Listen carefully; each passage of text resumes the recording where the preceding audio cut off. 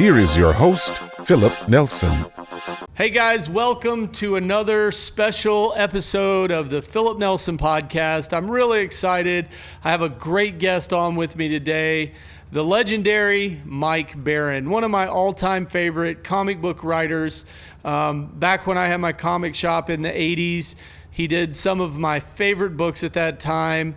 Of course, everybody knows his work with the dude on Nexus as the co-creator of Nexus, but the reboot of The Flash really blew my mind. And also, he is the man behind, I think, almost 40 issues of The Punisher. So if you would, welcome Mike Baron. So Mike, it's good to have you here today. Thank you, Phil. You know, we're going to start off with the shameless plug. One of the reasons we're doing this interview is because you're coming to San Antonio to do a signing at Nelco Comics. Have you been to San Antonio before? What do you think of San Antonio? About 8 or 9 years ago, that's where I really got friendly with Pat Broderick, and we talked about working together, and finally we're doing it.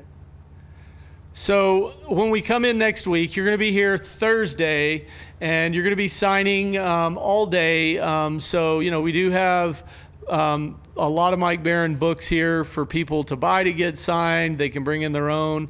Mike, are you going to bring anything to sell, like any of the new Nexus omnibuses or anything like that? Oh, no, the Nexus omnibus is too heavy to carry on a plane, even one. But I am going to bring some books to sell. Some self-published books that people haven't seen. They're great. One of them we crowdfunded ourselves. It's called Cue Ball. And it's about a young man who lives in the Philippines who has only two goals in life. And one is to see the world, and the other is to master the Filipino martial arts. And what he gets as a surprise plunges him into a world of espionage. It's an espionage martial arts thriller. It's a good book. I might bring some of our self-published books. I was referring to Pat Broderick, and we're about to launch Bronze Star 2. I have a handful of Bronze Star 1s left. I also have Nexus Scourge, which was illustrated by Kelsey Shannon, and Florida Man, a graphic novel that'll make you laugh out loud. Yeah, years ago when I first met you, you may not even remember this. I don't remember what show we were at, but you sent me a copy of the script for Florida Man, and it is amazing. Fans will enjoy it when they come in, and so next Thursday Mike will be here at Nelco Comics. So before we do more shameless plugs, I'd like to talk a little bit about your career and how you got into comics, and let's talk a little bit about some history. So Mike, how did you get into comics? You mean as a fan or as a pro? Well, let's start with a fan, because I think it's important for pros to be fans too. So, what turned you into a comic book fan? Uncle Scrooge. Really, Uncle Scrooge? Yeah, absolutely. Picked that up in a dime store in Mitchell, South Dakota. I read it and I thought, wow, this is really good. This isn't stupid like most comics. This drew me in. Carl Barks is a master, maybe one of the greatest masters in comic book history. He doesn't waste a word or a picture. I started bugging him. I tracked him down through Disney, and they finally gave me his address. He lived in Seattle, I believe, and I wrote him. I said, Mr. Barks, I'm a huge fan. Would you send me a drawing of Scrooge? I was like 11 years old, and he did. What? And it's hanging on my wall right now. If you want to take a little break, I'll run and get it and show it to you. But that's what got me into comics. And then when I went to college, a friend showed me Nick Fury, Agent of S.H.I.E.L.D. by Steranko, and it just, I looked at that art and I said, I'd never seen anything like that. It was so dynamic. And they turned me on to Neil Adams, so I started collecting comics. I collected them when I moved to Boston. I traveled to New York City to interview Stan Lee, was on the cover of Cream magazine. I recently reprinted that whole article on Substack, mikebaron.substack.com, with a bunch of pictures And I started fooling around with comics. I was writing for newspapers at the time, but I always knew I could write comics. I just had this unshakable faith. And when I moved back to Madison, Wisconsin, I took a job at an insurance company. Sounds fun. Oh, yeah. And I was working there one day. This editor I knew called me up and he said, Mike, there's some guy down here trying to sell us his art, and he draws just like you. And I've been trying to draw. And of course, I can't draw. But the editor didn't know that. So I arranged to meet Steve Rude on the steps of the student union, and the dude opened his portfolio, and I took one look, and I gave up my dream of becoming a professional artist. And I said, dude, what do you want to do? And he said, well, I want to do a comic, but I can't write. What do you want to do? We were in the right place at the right time. Capital Distribution, the second largest comic distributor in the world at the time, they had warehouses in 7 countries, decided to publish their own line of comics. And the publisher, still a friend of mine, his name is Milt. Milt said, we want a costume superhero. And I thought, what would make this story compelling? Well, it would be compelling if every time he showed up, somebody died. And that's Yes. new insight. And that's why popular entertainment has been obsessed with cop shows and crime shows and medical for decades, for over half a century, because that's the stuff of life and death, and that's the stuff of drama. But I didn't want to make him a heartless killer. So I made him a reluctant executioner of mass murderers who lives 500 years in the future, which gave me the opportunity to build my own worlds. And we've been building those worlds ever since. It's probably the most complete, variegated, and interesting science fiction world in comic book history. Certainly Nexus is the most honored magazine. The dreams come to him while he's sleeping, and they become so intense that he wakes up in a cold sweat, and he knows what he has to do. He has to track down the fiend about whom he dreams and kill him, or else the dreams will continue until they drive him crazy. And that was the basic premise. And I drew the first 12 pages out by hand, which is how I wrote comics for 25 years, by drawing each page out by hand. I gave them to the dude. He penciled, inked, and lettered them. And we showed them to the boys, and they said, great, now we need 20 more pages. That's a good problem to have. So basically, you were doing layouts as part of your writing process. I was, yes, and I will still do that. If an artist wants me to visualize something for him, I work full script these days. My scripts are very terse. They contain the directions. They're like screenplays. They contain the directions of the scene, and there's room for the artist to improvise. But I tell him long shot, close shot, far shot, medium, exterior night, interior day, and I describe the scene enough for him to vamp it on his own, and I include all the dialogue and the captions and whatever directions I might want to add outside the margin. I do this on a legal pad. I draw the page out. I draw the first panel. This is how I created comics for 25 years, and I think about this first panel. I don't just say, well, we're going to have them fighting, and then there will be all these word balloons explaining how they got there. We've all seen that comic about 1,000 times. Yeah. I didn't want to do that. I wanted each panel to count. I didn't want to waste a word or a picture like my hero, Karl Barks. So I thought, how do I start this story? How do I grab the reader by the throat? This is a term I use too much, but I grabbed him by showing this dictator on some hellhole of a planet 500 years in the future enjoying a big dinner. And you can tell he's a bad guy by the way he looks and the way he acts. And suddenly a guard comes running into the room and he says, General, there's some maniac who's blowing his way through the castle and we can't stop him. And that's how it started.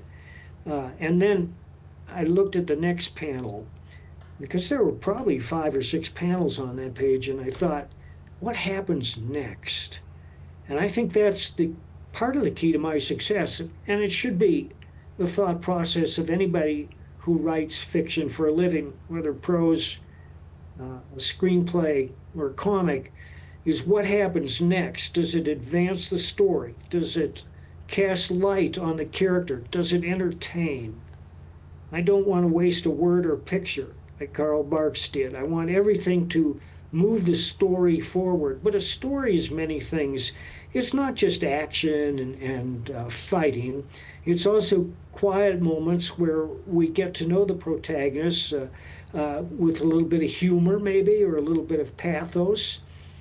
But the key is to have every development rise organically out of the situation, out of the scene we've created, whether it's 500 years in the future on an alien world, or out of the personalities we've created, out of the character of the protagonists.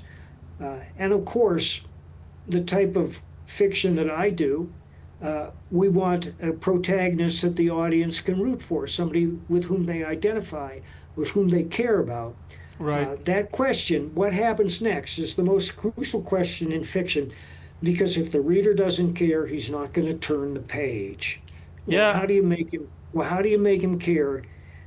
I could talk all day about how you make the reader care, but I'm just going to give 3 examples. Number one, a fascinating personality.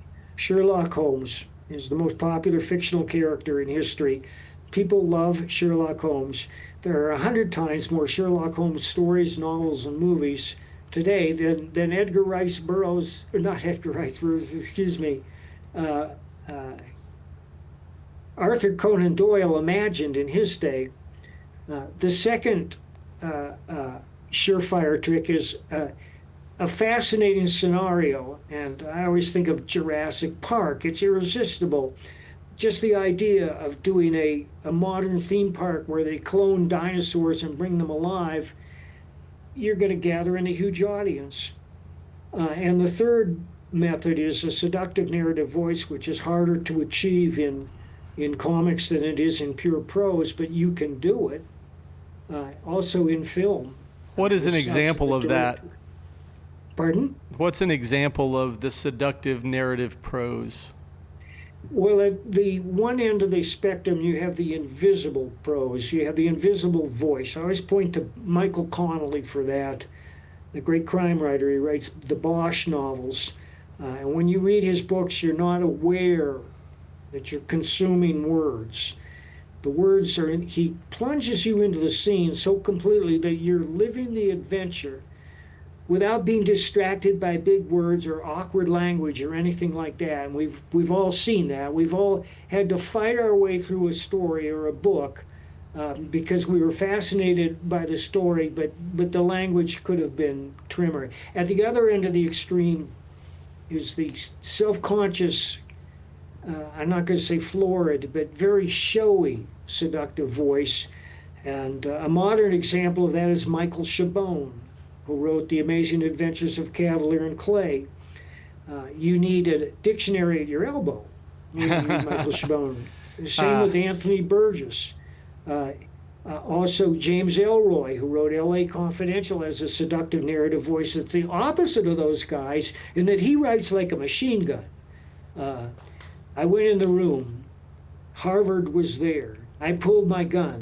I aimed at his face. Don't shoot, Harvard yelled, cowering behind a pillar. I shot him. I left the room. Bang, bang, bang, bang. That's the way James Elroy used to write. Not so much anymore, but he learned to write from studying the tabloids of the 60s, the lurid tabloids about sex scandals and crime scandals. And they often had alliteration in the headlines. And we all know what alliteration is. It's a bunch of words that all begin with the same letter. And he used that in his prose. He used it a lot. In fact, he still uses it.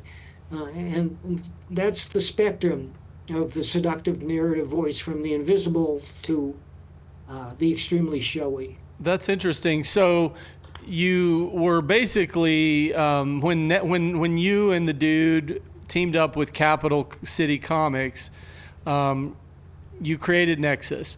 It was part of a new wave of comic books. You and I on your show Barkwire have had these discussions that, you have the Golden Age, you have Silver Age, you have Bronze Age.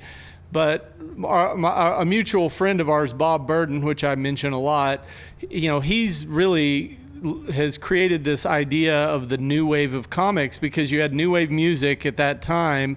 And it was really that era when comic books went from underground to mainstream indie books. And you had comics like Nexus, and you had comics like the Teenage Mutant Ninja Turtles, you had the Flaming Carrot, you had Cerebus the Aardvark. And for the first time in comics history, that those new creative ideas could find distribution and find an audience a little easier than those underground books that were always a little risque, and these were more mainstream stories, not done by mainstream publishers. So you get Nexus off the ground, it becomes an instant hit, everybody loves it. How did you transition into Marvel DC? Carl Potts called me up and asked me to write The Punisher because he was impressed with Badger, which was the second title I created for Capital. Yes, Badger is a great idea. Can you give our audience that may not have read Badger just a quick little log line of what is Badger and why it's cool? Because I've always loved the concept. Badger is a multiple personality, only one of whom is a costume crime fighter. Multiple personalities invariably result from severe childhood trauma, and we dealt with that in a limited series that Jill Thompson illustrated for Dark Horse. But those are the rarities, because most Badgers are designed to entertain wildly with a lot of humor, because the Badger personality, the one that's the costume crime fighter, is off the wall funny and has a bit of Tourette's syndrome. You never know what he's going to shout out. He says oofda a lot because he's of Norski stock. And the other aspect is he's a protector of animals. And his only secret power, it may not exist at all, he could be making it all up, is he claims he can talk to animals.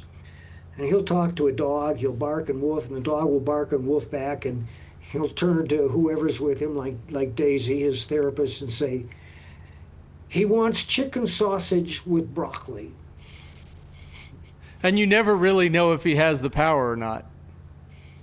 He thinks he does. A martial artist. And this is based on a book called The Minds of Billy Milligan, which is probably the first serious study of multiple personality disorder. And one of Billy Milligan's personalities was a mob enforcer. And I read the book, and it describes how these people tried to muscle him. And he just started throwing them around like rag dolls off shit that he learned watching TV and movies. And it was because he was so invested in this personality, he became that person, and he knew he could do it. But Badger has an extensive martial arts history, and one thing I vowed to do ever since I've been reading comics was to bring serious fight choreography to the comic. And one thing that I vowed to not do was to have people have conversations while they're fighting, because if you're in a fight, you don't talk, except for Nate Diaz. You're too exhausted, for the most part, to trade quips. So whenever we see these superheroes trading quips, when I read that, when I come to scenes like that, I think, I don't buy this at all. Not only that, but the fight choreography is very lame for the most part. There's very little decent fight choreography in all these action comics. Steranko did one page where he demonstrated every judo throw he'd ever known, and that was a good one. But I pride myself on the fight choreography. It's in Badger, especially Badger number 9, Hot August Night, which I think has the best fight scene of any comic ever done. But I also brought it to the Bruce Lee comic, which I wrote, and to the new one, Cue Ball, which I'm bringing down with me. I love Badger, and the art was great. The writing was great. That's one of those new wave books where you had really high quality stories, high quality artwork, and it just wasn't a Marvel or DC book. And so, back to the Punisher. So, in the 80s, Punisher miniseries came out, and it was a huge success. It really showed the Punisher in a more gritty way. And so, leading out of that 5-issue miniseries, you were hired to do the Punisher full series. So, what was it like getting that call, knowing you were going to take over the writing reins on one of the hottest books on the market? Well, I was thrilled, to say the least, but I knew instantly that I had to approach this title as a straight crime comic. There was no time travel or dinosaurs or giant robots or any of that shit for the first 3 years. He did have encounters with the Kingpin and Daredevil. Daredevil was the publisher's idea, but I could deal with Daredevil. Daredevil is mostly within the rounds of plausibility. I mean, if you believe in Zatoichi, the blind swordsman, you can buy Daredevil. And he had encounters with Doctor Doom, but none of it was outlandish. None of it was Punisher dressing up in an exoskeleton or turning into a barbarian and waving a big sword or any of that. So, approaching the Punisher, it was the Punisher's first monthly series in history, and it was a huge success. I mean, here at my shop, anytime a Punisher #1 comes in, it sells within days because everybody wants it, everybody loves that. You wanted to approach it as a straight crime series. Is there any issue that really jumps out at you as, man, I killed it on this? And what was that story? Is anything jump back at you? I know it's been a while, but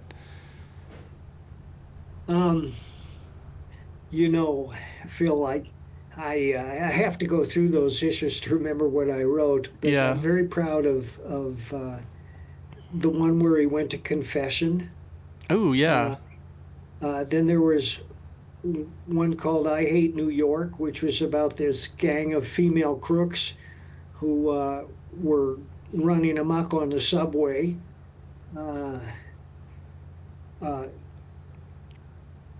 I'd have to go through and look at them again to remind myself what I wrote.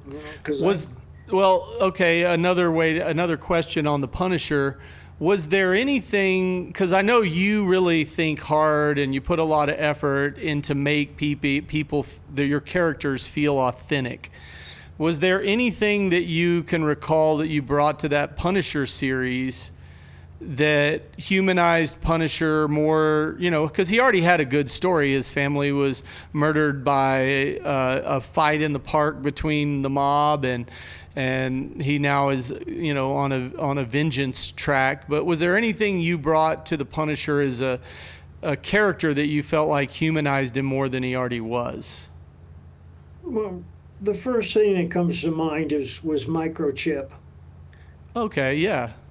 Because the Punisher was just a human. He didn't have any superpowers.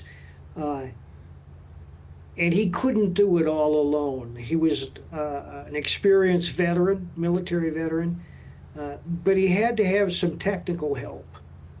So Microchip was born, and they had a tight friendship. I think that humanized him. But there were also episodes where he refused to kill cops. And there were moments of humor. I wish I could show you one. Is there any way to post a clip, a picture to Zoom, or is that? No, not right now. We're in bare bones mode right now because I'm calling in favors to get this done. Yeah. But yeah, so did you create Microchip? Was that something you created, that character? Yes. I love, when that series came out and I had my shop, that was also a time when they would talk about what's in the Punisher's van, and they would do, behind the scenes things. I don't know if you wrote those, but Elliot Brown. Those were amazing because everybody wants to see behind the scenes. It's like when you're a little kid and they show you the the architectural rendering of the Baxter building or the Avengers headquarters or the Punisher's van. I mean, there was an entire series that came out, and you were not doing Punisher at the time, but it was like the Punisher Armory. It's like people want to see behind this. That was great. I loved those. And humanizing him and creating microchip probably laid the groundwork for people caring about behind the scenes, you know? Well, I think that I wanted the Punisher to be a sympathetic character. We all like anti-heroes, and he is an archetypal anti-hero, but he's also an avenger. He doesn't harm the innocent. He goes after the guilty. I would rip those stories from the headlines, you know, like the Jim Jones story and crooked bankers and drug smugglers. And one story was about a fiend who was putting poison into drugstore off-the-shelf drugs, which was based on a true story that took place in Chicago. Yep, I remember that. Contaminated, was it Tylenol? Yeah. Poisoning it, and everybody was freaking out nationwide, and it made it to the pages of the Punisher. So I could talk about Punisher for hours, but I want to bounce on. So you did what? How many? You did like 30, 40 issues of the Punisher, didn't you? 65. 65, dude! I was not even close. Including War Journal. Okay, so War Journal and Punisher, you did over 60. So then you go to Flash with DC. I have to tell you, the reboot of Flash, Volume 2 of Flash, it's one of my favorite 80s series because, and you can, as the writer, you can correct me, but the way I saw it as a fan and a comic shop owner was Flash was always just a really fast, kind of silly character. And once you got into that 1987, I think it was, when the Flash #1 Volume 2 came out, you actually humanized Flash and made people care about him as a person, not just a costume superhero. Can you talk a little bit about how you approached that, how you got that deal, and then let's talk about humanizing the Flash. Mike Gold was my editor at first, move on to DC, and he asked me to write the Flash. I thought about it, and the first thing that struck me is this guy's running at 800 miles an hour. He's breaking the sound barrier. That takes energy. It takes a lot of energy. He would have to consume enormous amounts of calories in order to do that. Then I thought, well, he's a young man. He's a single young man. He's like a lot of single young men. He's a little arrogant. He's interested in dating. And those things factored in. And that's how I built up the character. The one thing I think that stands out from the first issue was they came to him and said, Flash, we have a heart transplant that we have to do in Los Angeles, but the heart is in Chicago and it has to be there in 4 hours. Can you do it? And he says, I'll do it, $10,000. Nice. You know, you did humanize the Flash. I mean, and I feel like the WB series that came out and it was wildly popular, they didn't go back to the Silver Age Flash. They went to the Mike Baron Flash because just as much of that story is about his relationships and the human side of being Flash as it is running fast. True. Did they give you any shout-outs on the series, or did they take anything from your comic? They gave me a check for using microchip, and I don't check credits, but I'm pretty sure I'm in the credits. That's amazing. So, you know, you've done, you know, two of my favorite characters in mainstream comics, Punisher and the Flash. And now you're all over the place doing cool stuff. Talk a little bit about Bronze Star, because at the beginning of this discussion, you mentioned you met him in San Antonio. You guys hit it off and wanted to do a book together. Talk a little bit about Bronze Star. I'm familiar with it, but I'd like all of our viewers to kind of understand why that is such a cool property. Well, 3 years ago, Pat had stopped doing monthly books, and he was available, and we just started talking. And as I said, I've always admired his work and I've always wanted to work with him. So I said, Pat, you want to do something? He said, yeah, I'd love to do something with you. And I said, what do you want to draw? And he said, I want to draw a supernatural Western. So I went home and cooked, and I came up with the concept. The sheriff has to wear a bronze star because he can't touch silver. So he is a werewolf? That's right. All right. So But he has a that's bronze star. not That's the main interesting. hook of the story. I had to give the protagonist, Harley Brogdon, was a Civil War veteran who rode with, he rode with this group that was essentially outlaws and freelancers who had no military code. He was with the James boys. They rode with him too. Hang on a second. Let me look up who that was. It is a great concept. The sheriff being a werewolf with a bronze star, and the artwork is fantastic too. You know, you and I have talked about this a lot, that, you know, in comic books, it is a visual medium. You have to have good art. You have to have a good story to keep them. And so many times there's bad art and a good story, or great art and a bad story.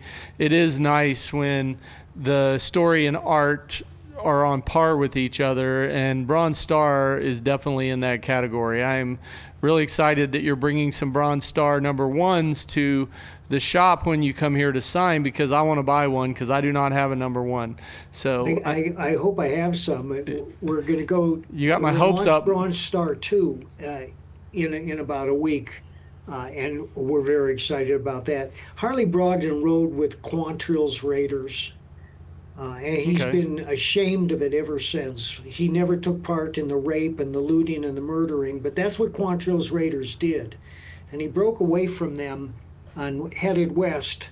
And he ended up playing poker a lot and shooting game for the Army, and that's how he made his living. One day he gets in a poker game with this arrogant young punk who says he's cheating, and Harley ain't cheating, and the guy stands up and draws his pistol, and Harley's quicker and drills him.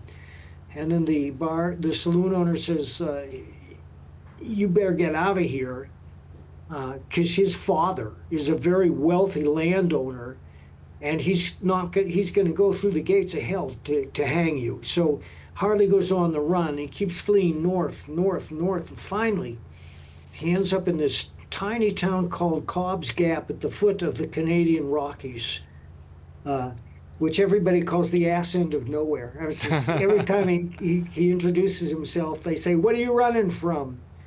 And he has to explain. But that's where he meets the sheriff. The sheriff is Stepan Dubic, and he's from Croatia. He's an immigrant. And the town is very, very peaceful. And one of the reasons the town is peaceful is because the sheriff is a werewolf. But he doesn't want to kill innocent people. So for 3 days each month, he absents himself. And of course, Cobb's Gap is less than 1,000 people when Harley arrives. It's not a violent place. The people who end up there a lot of them are fleeing like him. But there's also, it used to be, at the foot of a silver mine. But the silver mine was only active for a couple of years when people realized that the silver mine was cursed. And there's something in the mine that comes out and rips people to shreds. And the sheriff says he didn't become a werewolf in Croatia. He didn't become a werewolf until he visited the mine. And whatever it was in the mine turned him into a werewolf. Well, it's not just a werewolf. I mean, he's the only werewolf in the story. The thing in the mine was inspired by H.P. Lovecraft. It's a Cthulhian-type monster with tentacles, and it's got its tentacles in many different curses. And that builds to a head during the story. But there's so much more of it than that. Harley falls in love with a widow named Nika and moves in with her in her house that was built by her late husband, who was killed by the mine. A lot of And layers to the visitors Bronze to Star. Cobb's Gap too, and eventually this posse catches up with him, and they kidnap Nika's daughter Petra, and they take her to the mine because they think it's a good place to hole up and wait for Harley. It's up the canyon. There are big overlooks looking down on the mine. The river goes rushing by. There's really no place to run there, and that's where the showdown takes place. Now, I don't want to give away what happens at the end of Bronze Star, but Bronze Star 2 is an entirely clean slate, and it involves the Wendigo. I guess I'm not giving anything away because we've been showing pictures of that Wendigo. The art is unbelievable. Yeah, but that's the thing about Pat now is that he draws every shingle on the roof. Every shingle, he draws every pebble in the street. And when you look behind him to the mountains, he'd draw every tree if he could. Does he draw on physical paper still, or is he digital? Absolutely. Pat is old school, and then he inks it by hand. Tell him I want to buy a piece of his original art. I need a page from Bronze Star to add to the Philip Nelson collection. I'll put you in touch with him. It may be out of my price range, but it would be cool because I've seen his art and the Bronze Star work, and it's unbelievable. So it is exciting. You know, we're excited to have you here in San Antonio. We had a guy come in today who is a huge fan, and he's one of our top customers, really nice guy, and he was like, I love Mike Barron. How many things can I get signed? I was like, get here early and you can probably get it all signed. But we're going to have a good time, and we're excited to have you and host you here at Nelco Comics. Before we wrap up, I do want to talk a little bit about another project you're working on is a shameless self-promotion. You're writing the new miniseries for Axicab, which is a comic I created, and I'm super excited to have you on board. One of the things that was funny that you mentioned about Punisher is kind of what we're doing with Axicab. So this isn't too far of a stretch for you to have this Axicab driver who kills bad people. Well, yes and no. I mean, the thing about, as you've established, the driver, he's not the nicest guy in the world. No, he's definitely evil. Yeah, and we're not going to give him a girlfriend. This is true. Or a friend even. Right. But he is punishing the guilty in the most horrific ways imaginable. As you said, Phil, this is a throwback to the Grindhouse movies of the 80s. Yeah. It's really fun. I cannot wait for the world to see, the first issue you did, which we're calling it the Animal Abuser issue, giving people a little sneak peek. Is the first victim, he runs a dog fighting ring. He abuses animals, and the second victim hates cats so much that he runs over every cat he sees and keeps track. That's all we can tell you. But one of my favorite things is the artist David Hutchinson that's doing the art. He's killing it. It looks, pun intended, he's killing it. But he sent me a page with the dog fighting guy with his prized dog sitting on the Axicab bench next to him with the muzzle. And I sent it to Mike, and Mike's response is like, I can't wait to see that guy get what he deserves. It's a really fun series, and I'm really honored to have you working on it, and I can't wait for you to get here to San Antonio. Anything else you'd like to add, Mike, that we didn't discuss? I know we've talked about Nexus, we've talked about Badger, we've talked about the transition to Marvel DC, and even some of the newer stuff that you're working on. Anything we missed that you'd like to share with the audience of the Philip Nelson podcast? Well, all I can say is that with the help of my guru and life coach, Chris Brawley, who runs my campaigns, Barron Comics is going to offer two of the most startling books you've ever seen later this year. And I'm not talking about Bronze Star 2. And one of them is a brand new Nexus graphic novel. Ooh, nice. Well, Nexus is iconic. Everybody loves it. We've got a ton of Nexus books that you can sign while you're here. So, Mike will be here next week, Thursday. Shop's open from 10 to 6.